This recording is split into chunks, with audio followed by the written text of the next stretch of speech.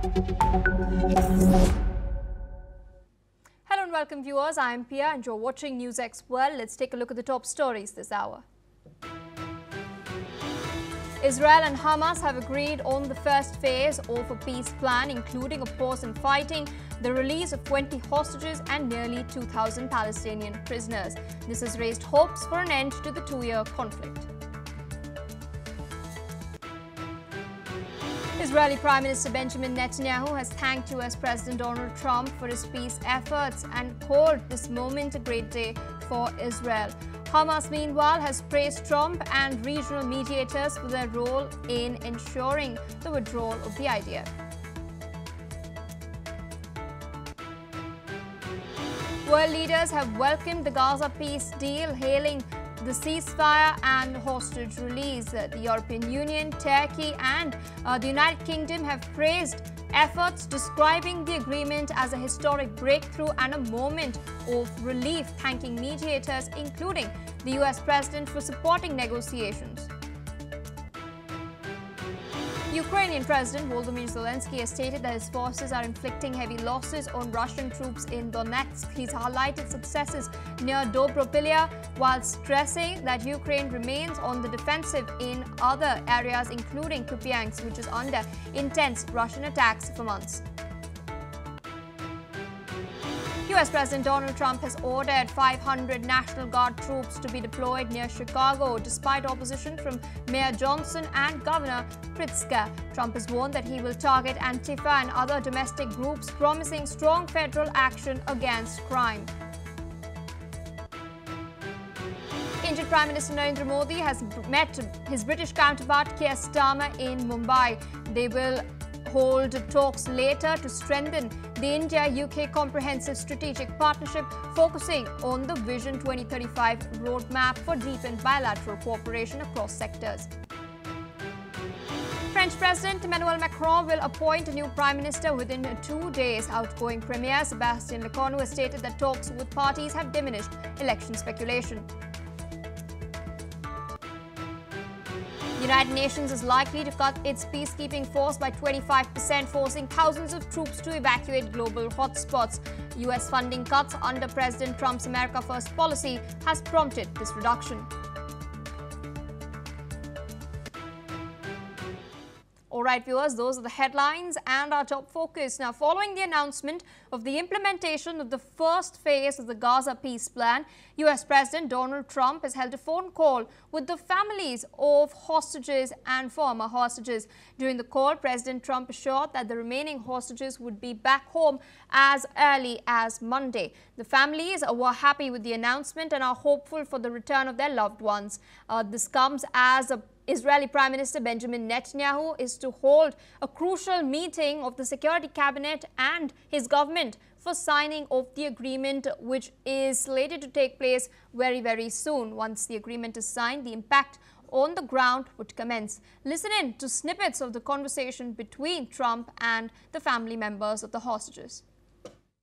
President Trump, you have the best crowd in the world. What do you guys have to say to President Trump? Thank you. You did it! You did it! Thank you! Thank you! This is amazing. Mr. President, we believe in you. We know you've done so much for us over the past, since you became a president, and even before that.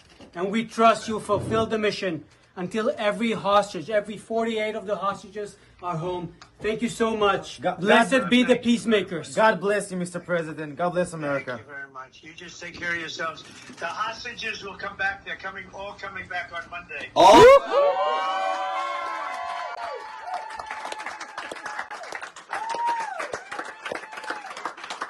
Thank you, sir. Thank you.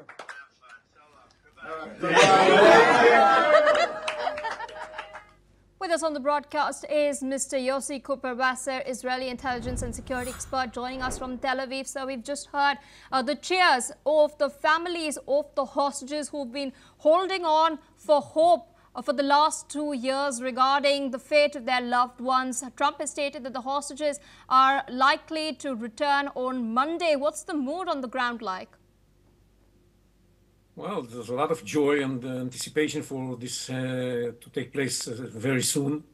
We were waiting for 2 years now, exactly 2 years, for the hostages to come back, and we are ready to pay a heavy price to make sure that they are coming back. But the price we have were asked to pay according to this agreement is reasonable compared with unreasonable prices that Hamas demanded until recently. And we have to thank first of all our military for the operation they carried out in the Gaza city that clarified to Hamas what is the price they are going to pay if they are not going to conclude the deal. And we have to thank President Trump, who orchestrated this entire move, and also Qatar and Turkey and Egypt for putting pressure on Hamas to sign the deal. So altogether, we are just about to receive the hostages that we were waiting for so long. Indeed, sir. And do you think now with the first phase finally being implemented, it paves the path for lasting peace? Well, it's too early to speak about lasting peace. It's this plan has many stages and many phases, and each one of them is vague. Just as this first phase was a little bit vague, and we overcome and clarified what's going to take place exactly. The rest of the stages are also not totally clear. We shall have to discuss these matters with Hamas indirectly. And the role of the United States and Qatar and Turkey and Egypt is going to be very important in these coming stages. If we manage to convince Hamas to lay down their arms and allow Palestinian technocrats supported by International Stabilization Force to take responsibility for Gaza, and then we shall move a little bit farther from where we are today, withdraw a little bit more, but keep control of the borders of Gaza, then there is a chance that we shall start moving towards further stabilization and further moderation of the situation in the Middle East. And we shall see some normalization of relationship between Israel and its neighbors, and maybe even beyond its neighbors. There are potential moves vis-a-vis Indonesia and other places. So it's for optimism, but very, careful optimism. And cautious. All right, sir, requesting you to stay on with us. We're tracking some reactions that are pouring in from around the world following the announcement of the peace plan. We're learning that European Union Chief Ursula von der Leyen has stated that the peace plan is a significant breakthrough. She has welcomed the agreement to secure the release of the hostages and the withdrawal of the Israeli troops from Gaza.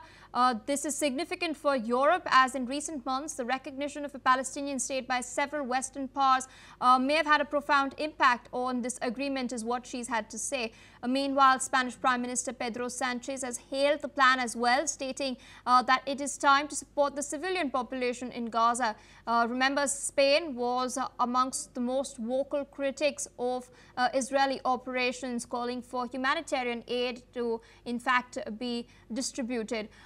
Additionally, one of the mediators, Turkey, Turkish President, to be specific, Recep Tayyip Erdogan, has also commented he is pleased with the negotiations and has stated that Turkey will be closely monitoring the strict implementation of the agreement and will continue to contribute to the process. Meanwhile, the Palestinian Authority's President Mahmoud Abbas has also welcomed the deal in Gaza. At the same time, a British Prime Minister Keir Starmer, who is currently in India, has stated that this deal is a moment of profound relief. That's not all. French President Emmanuel Macron has also expressed his optimism over this deal, stating that a two-state political solution is in sight post this agreement. Meanwhile, Indian Prime Minister Narendra Modi has also reacted, praising Netanyahu's leadership and the fact that this deal has now been realized. Still with us on the broadcast is Mr. Yossi Cooper-Wasser. We've seen a lot of reactions coming in. Interestingly, the president of the Palestinian Authority has also come out in support, but we do know that there are tensions between the different factions governing Palestine at the moment. What challenges do you foresee in reconciling these different Palestinian factions, especially Hamas and the Palestinian Authority, within the framework of this plan down the line? Well, first of all, we see a lot of positive reactions to the deal coming from people who worked hard to make sure that this deal is not reached, like President Macron, like the head of the European Union, like the British Prime Minister. They did everything they could in order to prevent this deal from coming into signing. It's unbelievable to see how hypocrite these people can be. It's this idea of recognizing a Palestinian state was just an obstacle that we had to overcome on the way to the deal. So to hear them blessing and saying how great the deal is really ridiculous. Same, by the way, with the Palestinian Authority. They understand that they are not going to have a role in this new situation in Gaza because they have to go through a reform that they have no intention to implement. And that's a pity. But the relations with Hamas are going to be strained anyhow because they hate each other. And Hamas wants to leverage this deal in order to become the most important player in the Palestinian constituency and on the expense of Fatah, of Abu Mazen. So I don't see that this is going to lead to much stronger relations, better relations between Hamas and Fatah. Although on the surface they might speak as if they are going to have some sort of reconciliation, but in fact I don't see this reconciliation taking place. All right, so I request you to continue to be with us on the broadcast. We're tracking some further updates. We're now learning that Gazans in Khan Yunis have celebrated the ceasefire deal outside Nasser Hospital. Locals have cheered, they've waved their flags, gathered in their streets. Residents have thanked the leaders and mediators, including President Trump, Egypt and Qatar, for ending the bloodshed. Now, despite their loss, people have expressed their joy and hope for peace. Many have stated that the ceasefire has brought relief to the Gaza Strip. Listen in. الحمد لله اليوم أعلن الرئيس ترامب إنه الحرب وقفت وإحنا والله كتير مبسوطين إنه الحرب وقفت وهذا إشي مفرح والله إلنا وبنشكر إخواننا أي حد ساهم ولو بالكلام عن إنه يوقف هذا الحرب ووقف شلال الدماء ونشكر باقي إخواننا في مصر وقطر على هذه الجهود لإيقاف هذه الحرب. طبعا الحمد لله على وقف اطلاق النار ووقف شلال الدماء والقتل، وطبعا مش انا بس لحالي فرحان، كل قطاع غزه فرحان، بل كل الشعب العربي كل العالم فرحان بوقف اطلاق النار ووقف شلال الدماء. كل الشكر والحب للي وافقوا معنا ووقفوا معنا وساهموا بوقف شلال الدماء، وكل الحب لكم من القطاع. فالحمد لله برغم الجراح ورغم الإبادات التي صارت بنا والفقدان الأحبة والأقارب، لا زلنا اليوم مبسوطين وبفرحة كبيرة بسبب وقف إطلاق النار، والحمد لله رب العالمين. فرغم الحزن طبعا وفقدان، يعني من قيمة كم يوم برضو فقدت ابن أولاد عمي وأصحابي، ومن قيمة أسبوع تقريبا فقدت يعني عندي أغلى ما أملك برضو جدي الله يرحمه، ولكن لازلنا اليوم برضو. Still with us on the broadcast is Mr. Yossi Cooper-Wasser. You know, we've seen both Palestinians and Israelis from either side of the border come out and celebrate this peace deal. They've all hoped that it could lead to lasting peace. But speaking of the past, we've seen certain attempts being made earlier as well. What lessons can be learned from previous efforts when implementing this plan? I think the most important lesson is that we need to make sure that this is not, we don't stop at the short-term ceasefire and the exchange of hostages for prisoners, for terrorists that are going to be released from Israeli jail. What needs to happen is to see that the plan entirely is being implemented, and this includes the disarmament of Hamas and the changes that are supposed to take place in Gaza according to the plan, and they should be put in place, because otherwise we are going to go back to fighting within a couple of months or so. It's, this is something that we have to learn from previous ceasefires and stops and exchanges. If it's not followed by a more profound change on the ground, and we have to remember that the plan that President Trump came up with starts with emphasizing the importance of de-radicalization of Gaza. That's the most important thing. And we have to see that really happens on the ground, because otherwise there's going to be another war.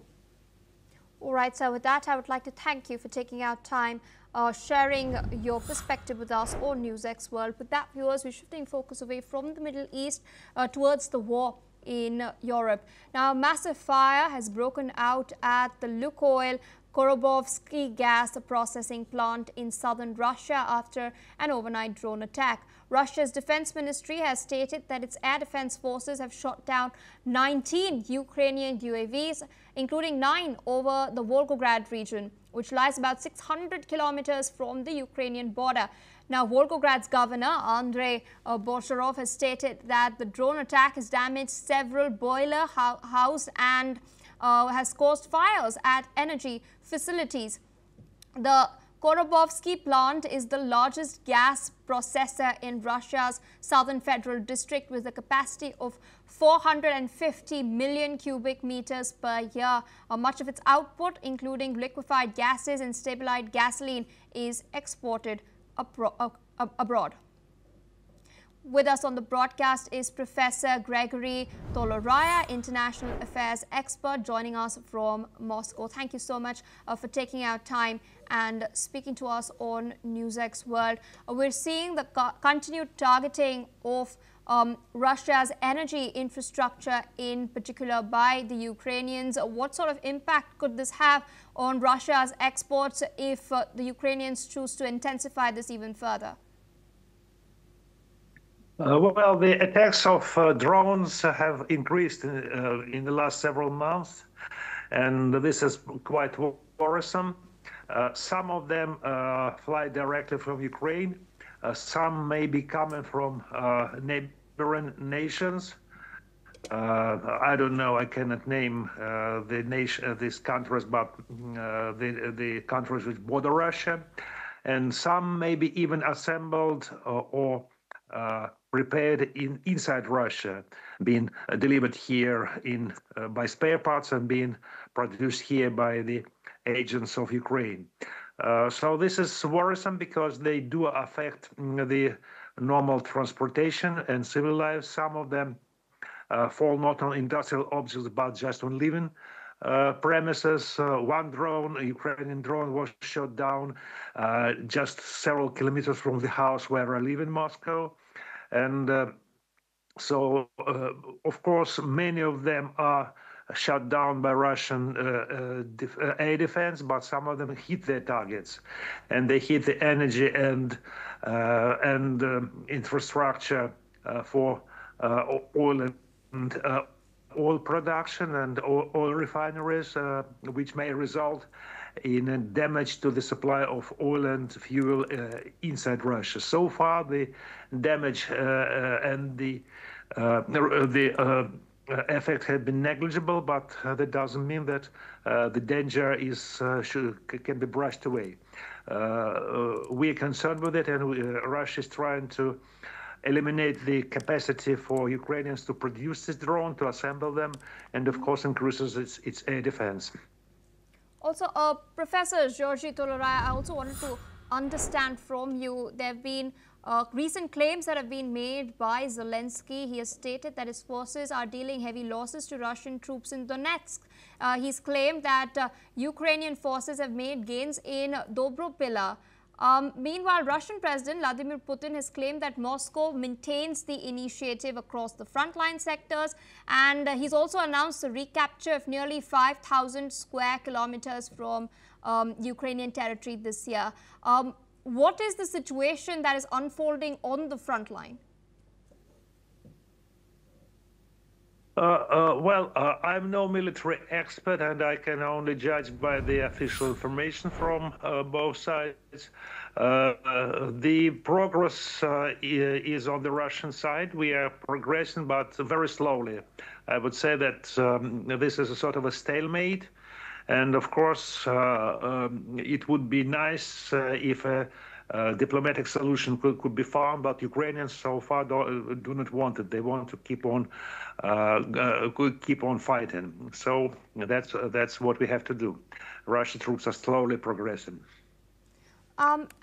Speaking of this recent report that has come out stating that Patriot missiles have failed to intercept Russian missiles that are being fired towards Ukraine. We've seen Zelensky put in a request for Tomahawk missiles from the United States. Putin has threatened that this could harm US's relations with Moscow.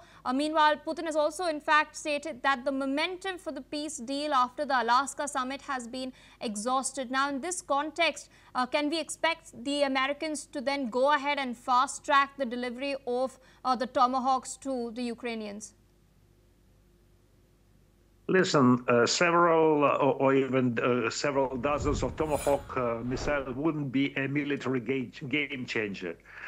If we speak about game changer, there'd be several thousand missiles, which are not available and not are going to be supplied by the US. But it will be a political game changer, because that means that the US comes into direct war conflict with Russia, and of course that would ruin the bilateral relations, would ruin any progress which had been achieved in Anchorage, in Alaska during the summit. It's already, in fact, is gone, but the door is still open. If the Tomahawks would be delivered, the door will close for some time, at least for Russia-American discussions. So I hope that won't change, because it won't make the Zelensky position any better, but it would severely undermine the peace efforts.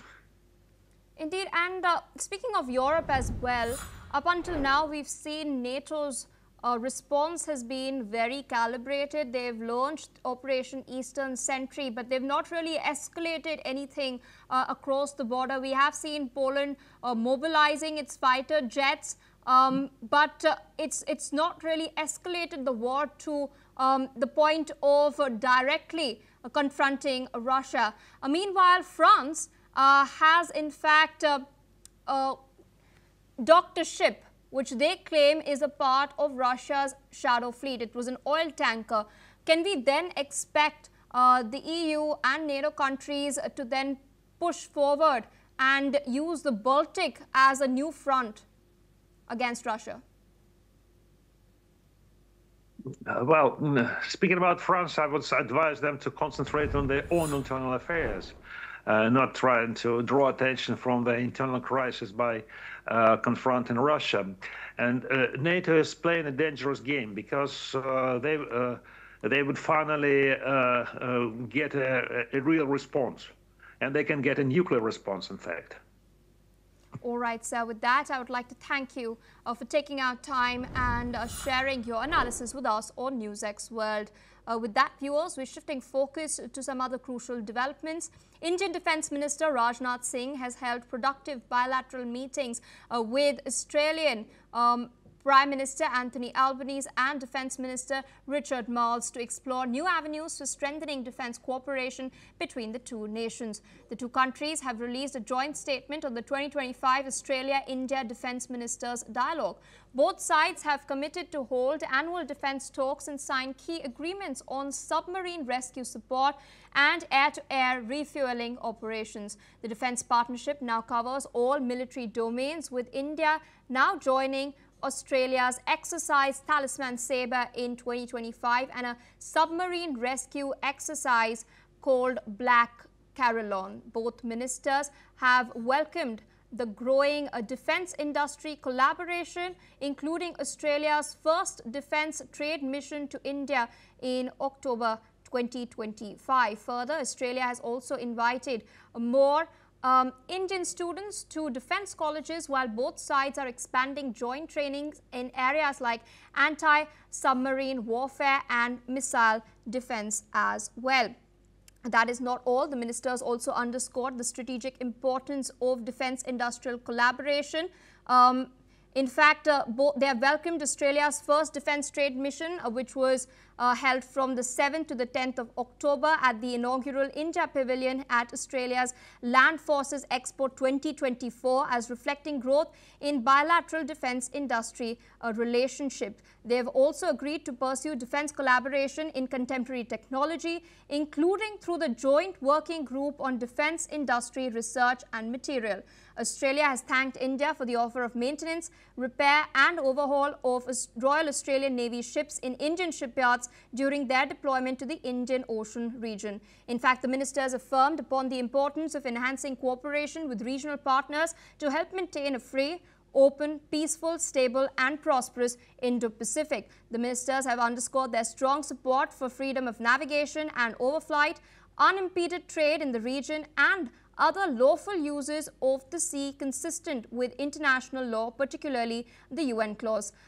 They were in fact pleased with the collaborative maritime domain awareness and anti-submarine warfare activities by Australian and Indian maritime patrol aircrafts in the Indian Ocean, and also welcomed the ongoing cooperation under the Australia-India-Indonesia trilateral format to address common challenges. That is not all. The ministers also welcomed the ongoing progress in defence cooperation among Australia, India, Japan and the United States, underscoring the growing strategic converses amongst the Quad partners. They have reaffirmed their commitment to enhancing collaboration on maritime domain awareness and have looked forward to a second collaborative activity on the margins of Exercise Malabar in November 2025. Australia and India have both expressed strong support for initiatives that advance closer maritime surveillance cooperation amongst these four Quad partners and have welcomed the opportunity to observe the India-US Air Exercise Corp India in 2025 for the very first time alongside Japan. That's not all. The ministers have also reaffirmed their commitment to deepening army-to-army cooperation, particularly in amphibious exercises and operations and through participation in exercises such as Puk-Puk. Ministers welcomed the enhancement of exercise Ostra Hind in both scope and complexity and have underscored the value of sharing best practices in emerging and critical domains such as integrated air and missile defense, secure communications, uncrewed aerial systems, counter-UAS and special operations through subject matter expert exchanges. With that, viewers, it's a wrap on this bulletin. More news and updates on the other side. Stay tuned on NewsX World.